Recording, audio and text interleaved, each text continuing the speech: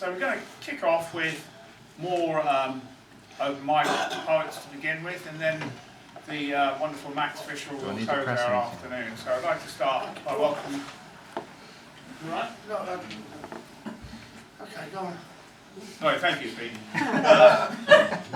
I'd like to welcome to the DODO stage to do make a contribution, Mr. P.R. Murry. Thank you. I really mostly like my dreams, although they can sometimes be fearful, surreal and odd, but I really want to know what it's like to dream as a cephalopod. Yes, my desire is to know what it's like to dream as an octopus, squid or cuttlefish, which each have 9 brains, and that's the reason why I have this impossible wish. Each tentacle of these maritime beasts has 1 brain of its own to direct its actions, to process its emotions, and to understand the world. So, one mind could dream of catching food, and another of meeting a mate, and another of dodging predators, and another of having fun, and another of learning from mackerels beneath beneath the light of a watery sun. Would it be like changing TV channels with remote control? If there's a nightmare on one, just change to 2, so calm can be restored? Or is it a complete cacophony with fear, love, wonder, desire, despair, all together at once? But my one brain's all alone, in its own bone dome, ruling a nervous domain, imagining cephalopod dreaming, and worrying about catching trains.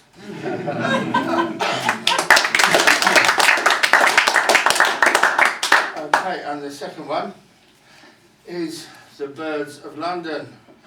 The birds of London are my friends, or I like to imagine that that's the case, but I do not warmly greet pavement pigeons for fear they won't reciprocate.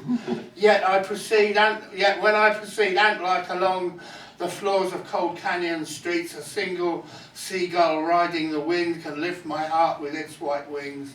Even a black crow against a grey cloud above a bleak brass garage is a spark of light, which makes me look up from the rubbish and puddles around my feet. When I drag a bag home up a suburban hill, along a street like millions more, magpies rattle and hop around on rooftops and trees above my head. Behind my house, I pay small birds with food, hung in feeders from my garden tree. They fly in for the food that I provide, and I love to believe that they're visiting me. But the tree is not really mine, nor the garden where it chose to grow. I have a paper that says I own land, but it's mad to say that land belongs to a man, as mad as saying that birds are my friends.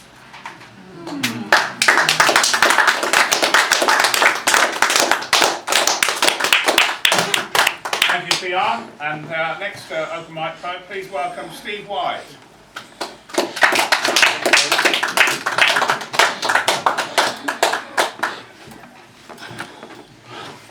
Thank you. Good afternoon.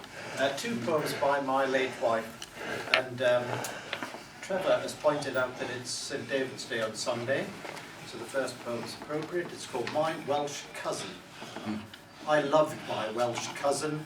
She took me under her wing each summer when I came to stay, with mountains, brooks, coal mines, steam trains, aunties, uncles, and a granny who sang, joyful as a skylark, with the latest grandchild cradled in a blanket, sleeping on her bosom as she worked.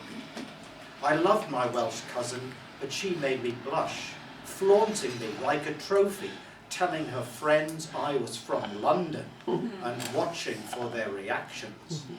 Having never seen a palace or a queen, I stood in ankle socks and couldn't understand the fuss. Maybe my Welsh cousin thought London was made of gold, when to me, Big Ben was just a distant dong on the radio, the Houses of Parliament, a tiny picture on the HP sauce bottle, the changing guard at Buckingham Palace was just a song, no more real than her imaginings. I looked up to my Welsh cousin because she was 11, could play piano, and sang beautifully in Welsh. Her dad had blue scars from the coal mines. Her mum gave us platefuls of cake and film star annuals. They were uncle and auntie, kind, generous with laughter.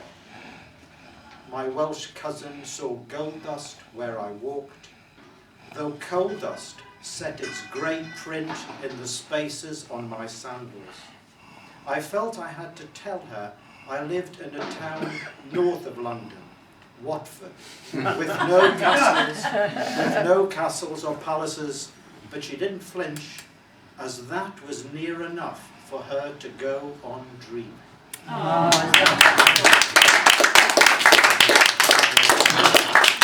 And the next one is about Frances' mum. It's called The Overwhelming. This is the 4th time I've left your house with my car packed with plastic bags full of your stuff. My own home is crammed with leftovers from my life as a mother that I haven't sorted yet. I have no room for your belongings, mother, yet I know I won't cart it all away to the charity shop. I'll sort through, sniff, dust off, try on, put on bookshelves, in photo frames or albums, read, give away, polish, taste your sweets, sip your wine, test your pen, wash your comb. Pair your unworn shoes into separate see-through bags in the hope somebody will use them. It's transparently obvious that I should shut my eyes and not look at any of it, but every tiny stitch of your turned up hems, every postcard from well-loved friends is a gem. And sorting through hordes of dusty, dog-eared, discoloured treasures, I've spent another day snowed under a never-ending avalanche of 87 years that were my mother. Wow.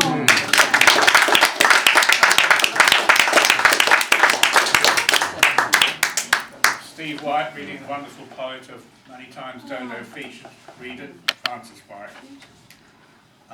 Okay, our next reader today is John Hurley.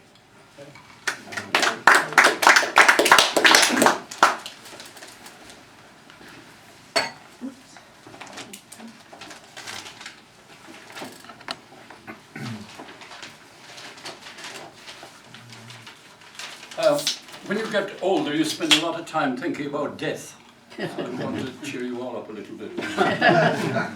Musings on mortality. Dark days bring on these morbid musings as I confront mortality. Will I linger on when old friends have gone? A shortening lease, now a reality. At mother's knee I was told of heaven, and a place that was known as hell. It sounded gory. Was it just a story? Perhaps when I die, I can tell. St. Peter is the Lord's gatekeeper, a man who hates sins of the flesh. If he can tell, I may go to hell. He keeps his records on microfiche. I heard of a place called Valhalla, a utopia of sweetness and light. No need for pills, for my aches and chills. Sun shines daily and there is no night. I must rein in my fancy figaries, then plan us some wild things to do. Climb the Tower of Pisa, try to paint a Mona Lisa. But would these old bones see me through? I'd like to ride my bike once more, against a breeze with the coattails flapping, ignoring spills, carrier down hills, before the Grim Reaper comes rapping. Everything in life is cyclical, and most of things untried. If I refrain from sin, will I come back again? Or is life a puncture on, or is death a puncture on life's cycle ride? And this is something that confuses me knowing recently. And I think they call it fake news. I'm the man on the Clapham bus, the chap they call Joe So. Life's excitement's now all over, and I'm inclined to sit and mope. Cynicism I fight daily, shun newspapers fraught and floss. Never hear public announcements, as I have a hearing loss. Age concern sends me letters, and these I find quite funny. Generic publications, they usually seek money. TV tells me of funeral plans, simplifying my dispatch, stating that they are beneficial, but I knew there was a catch. I have all their literature, all these forums I have read. But as for their benefits, first you must be dead. It reinforces all my prejudice. Another film on the make, a veneer of caring for my needs, but most of it is fake. Thank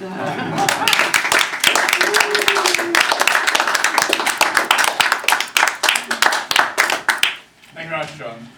And now, please welcome Lee Yan.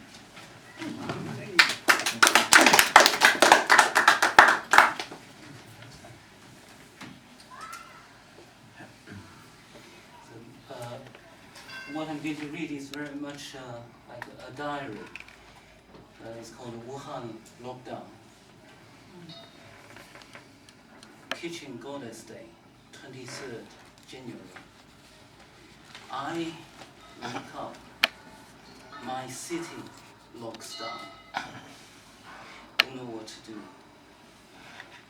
No heaven going today then. Where are my sweets? Ferries, airports, train stations shut down. Cars flee to motorway. Always I eat up till my lips stick. I muffle when reporting to God. People are saying, stack up, rice noodles, almost sold out. Why can't I see sugarcane? Where are children who steal syrup? New Year's Eve, 24th of January. Cold, no snow, freezing, dark. Some Wuhan folks drive home. No hotels take them. I have come. Where is she? Asked Qiu Shi, a citizen reporter who arrives in the last train to Wuhan. Now, no one out, no one in. My folks, I look back, walk 1,000 miles to be home, to be with loved ones. A round table, around a big feast, they sit, waiting to fire crack the year-end devil. Tonight, mobiles in hand, they sit in separate rooms. Silence.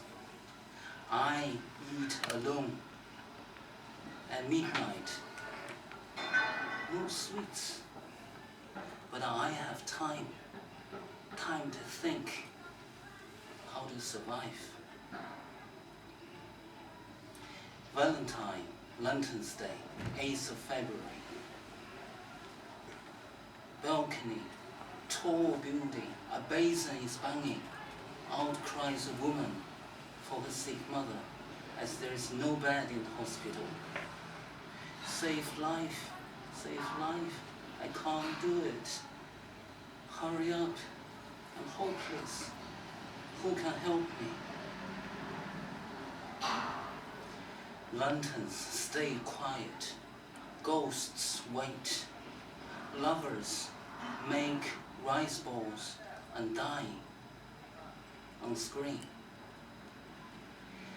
Sofa dioxide level reaches 1,700 mg. Body bags rush out of textile factories. Fire burial men are hurried from neighboring provinces. 3 children wrap up in one bag. Abandoned mobiles mount. Like many nurses or doctors, she dares not go home, nor dares she let husband give her a ride. From hostel to hospital she walks. He follows in his car.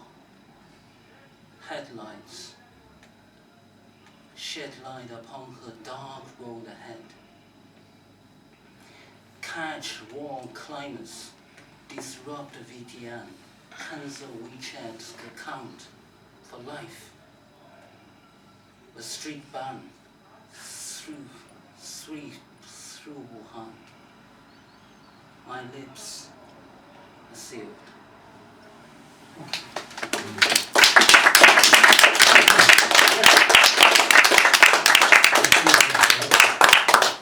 Thank you very much, Lee.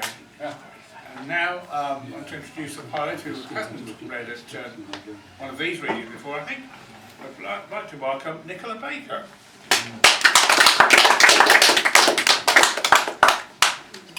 It's difficult following that, isn't it? Yeah, exactly. Reading out this one because it's an afternoon poetry session. I was thinking about the demographic, and also it happens to refer back to something that Max wrote, one of his poems, but it's a coincidence. It's called Valued Colleague. You've been a star. Good luck in pastures new. Missing you already. How will we manage without you?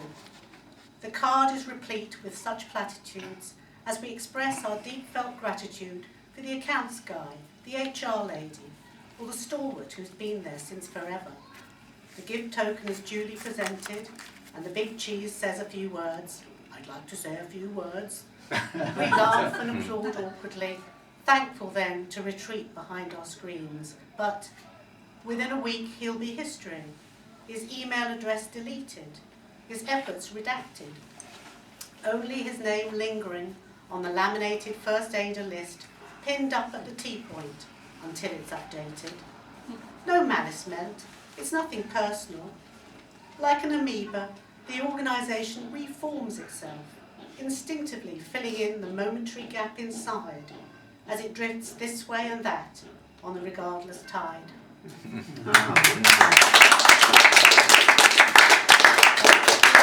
How many can I do? Up to 3. Up to 3. Oh. Yeah.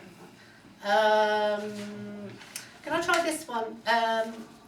Because it's based in a pub. It's about. It's called Apparition. Jane Eyre or Wuthering Heights. Which are you? We muse over the dip and artisan bread, tea light, craft cider, house red. Well, the one who locks up his wife and the one who broods and wuthers about both leave me cold, being more taken by the artist's ghostly smear, a linseed swipe of hubris, anger, regret, fear, the infamous absence upstaging the sisters. At the bar he downs a gin with laudanum chaser, extracts a tiny book from a waistcoat pocket and regales us with an angrier tale, unseen, unheard, but by me, as the pub PA blares, "Cuckoo, cuckoo, Mrs. Robinson," and here's to you, eternal, infernal brother of the more famous.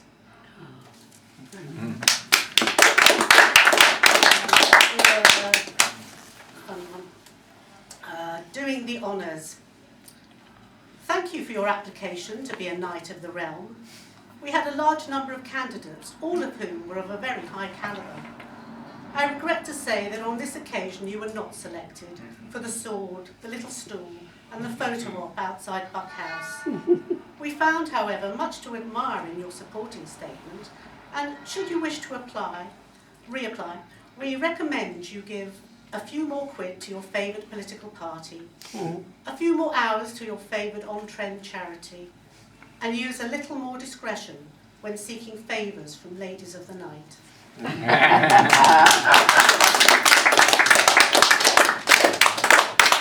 Thank you. New voice, DODO. So, we move on. Our next reader is Lantern Carrier.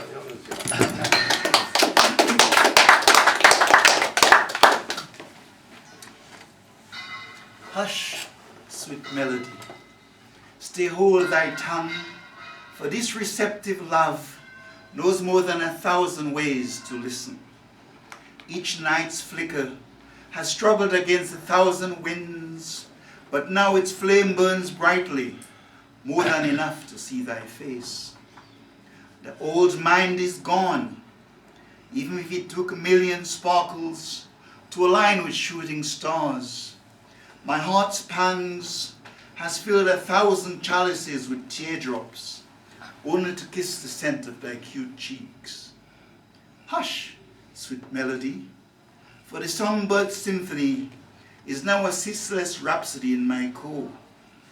Deep into the orchard of tulips and peach blossoms, your sweet breath my bedazzling light, thy lips the jewel of unspoken delight.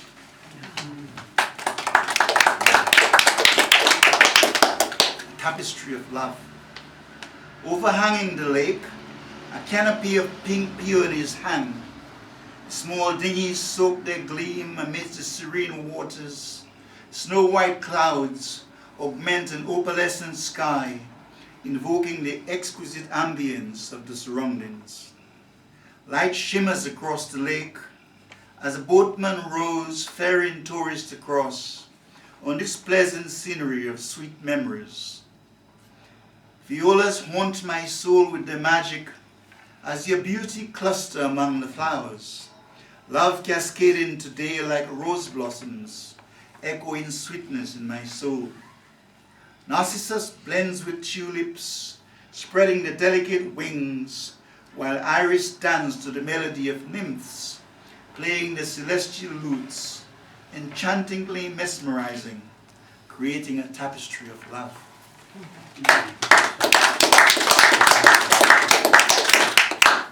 Mandisa.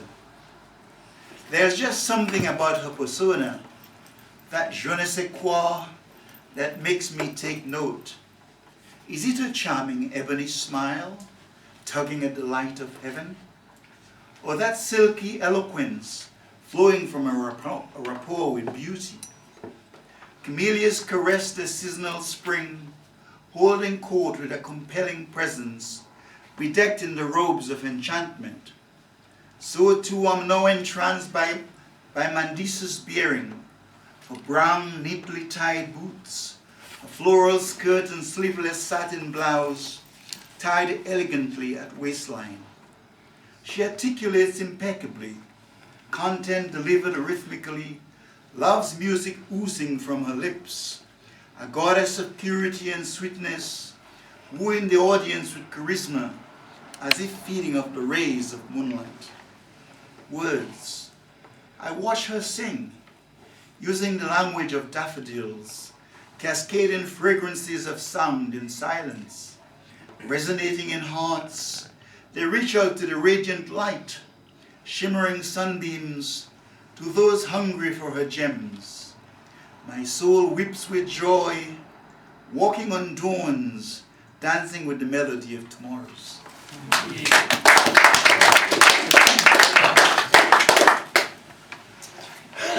Okay, we've got a couple more contributions from our open mic readers. So our next one this afternoon.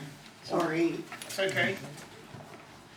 See you soon. Yeah, I will see you soon, Dee, and we'll keep you on out. Thank you. Maybe let me just get the door for you. That's all right. Okay. Okay, could we please welcome Camilla Reeve?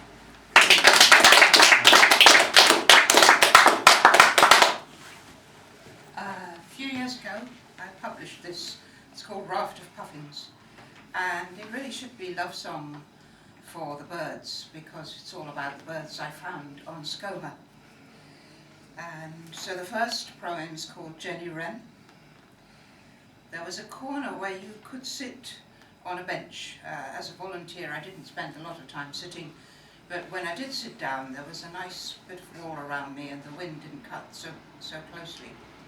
And there was a wren not far away, and this is for her. A wren, Jenny, on a fine twig balancing, and behind her branches of coastal fuchsia, their leaves blown sideways by a gale that fazed her not at all, their crimson bells further disturbed by browsing bees. Drew I called her by her Welsh name, and softly, with power as a wizard calls, so that she came closer to where I was. Magic drew her, or so I told myself, on whom already the fingers of this island had laid their old enchantment. And Skomer is incredibly magic. You go there intending to just help with the wildlife, and you become part of the wildlife of Skomer, its whole history, and its present moment with the birds and the animals all around you. And while I was there, I fell in love with a stone chat. There was a little corner, another place where you could escape the wind. There are almost no trees, but in this one place there were a few scrubby trees, willow and alder, and a tiny stream. And when I went down there, I saw him for the first time. An ardour of stone chats. His beauty fills my gaze, intense, imminent, iridescent, at the distant end of the magnifying lens of evolution. Tiny, absurdly out of reach as a real-world lover, and yet so perfect, so completely the master of his fate. In tune with and adapted to this habitat, his black and russet's stunning plumage reveal that he's a stone chat. And though I joke about it, the reason why I linger haplessly by this stream bed, why I keep coming back here, binoculars at the ready, heart longing to be lifted, is that I've been enraptured by a miniature magician.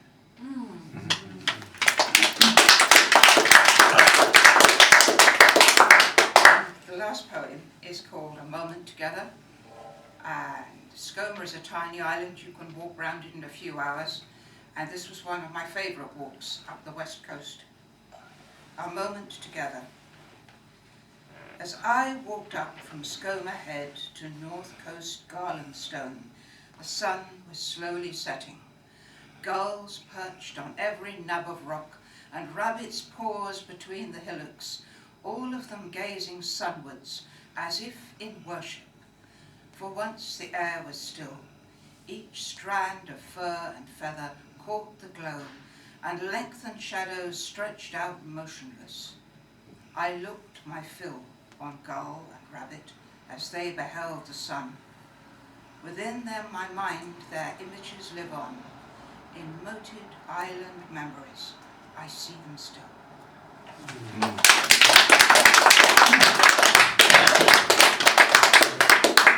Gosh, we've travelled to so many places this afternoon. Our last open mic contribution is from Trevor Ellis, who is the husband of the late Aeron Thomas. He's going to be joined by Sue Johns. There is a connection because Aeron Thomas was a very regular performer with DODO and Modern Poets, and we did many shows together. Sue Johns, myself, and Aeron in Larne in South Wales, obviously where she grew up, and in London as well, and so on. So it's an absolute delight to have Trevor here this afternoon, and Sue Johns will be joining him as well.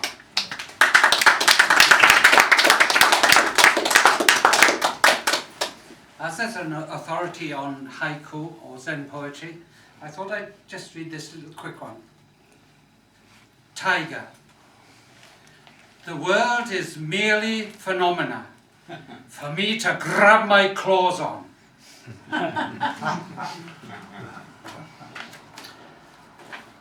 The poem I'm going to read is based in Swansea, simply called Spring in Cumdonkin Park, Swansea. The old man sits winter and summer on the park bench. The trees drop leaves by his feet. The old man is bent by the seasons, cradles a clay figure. The trees stand bare, their arms outstretched. He sleeps at night in a dog kennel, the figure of a woman by his side. Buds on the trees lie dormant. He wakes to the taunts of children screaming in play. The trees break into blossom. The man on the old park bench, hunched in sorrow, sees the spring.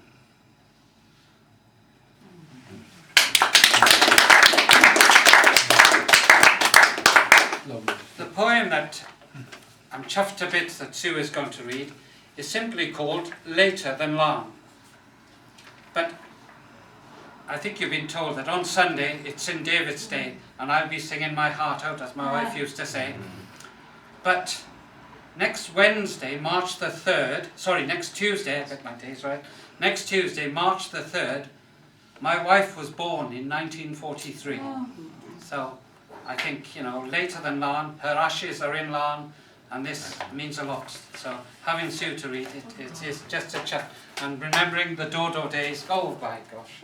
We had fun, didn't we? We had fun. Trevor, I didn't know I was going to read this, so I hope I can do it justice. And I've heard Aeron read this poem many, many times in Larn. Later Than Larn.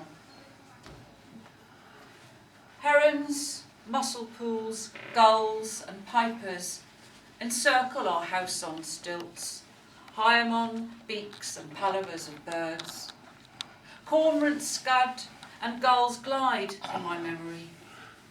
The stones washed by the tide, which I would turn looking for blue and white, or floral pieces of china for our crockery houses. And the fish my mother would catch and throw back into the swirling waters of the estuary or around us. I remember them well.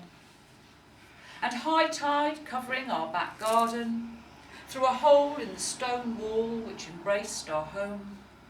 The tide carrying our makeshift boats on its back, pieces of lumber, an old zinc bath. And I can still recall the envy I felt when they bought my brother a boat called the Cuckoo. The names come tumbling back. And I remember the hole in the wall that was called grandly by all the harbour. And who could forget, sliding down the mud banks at low tide into the rivulets left by the receding water, or running along the cliff walk and stirring up a din outside the shed that was my father's writing den. The memories race back, and the thrill of peeping through the keyhole. I was always the most naughty.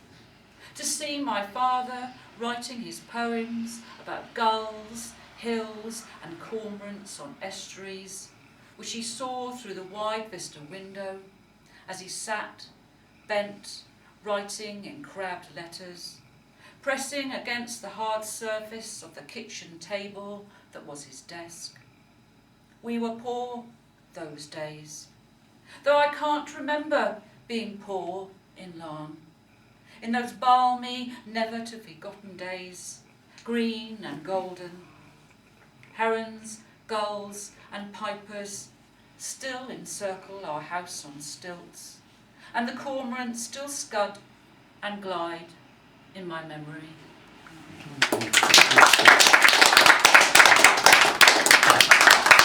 Thank you very much, Sue and Trevor. The memories do indeed come racing back performing Aeron and Sue. And indeed, Trevor joined often with a song down in those days in Larn. So, lovely moment. Max.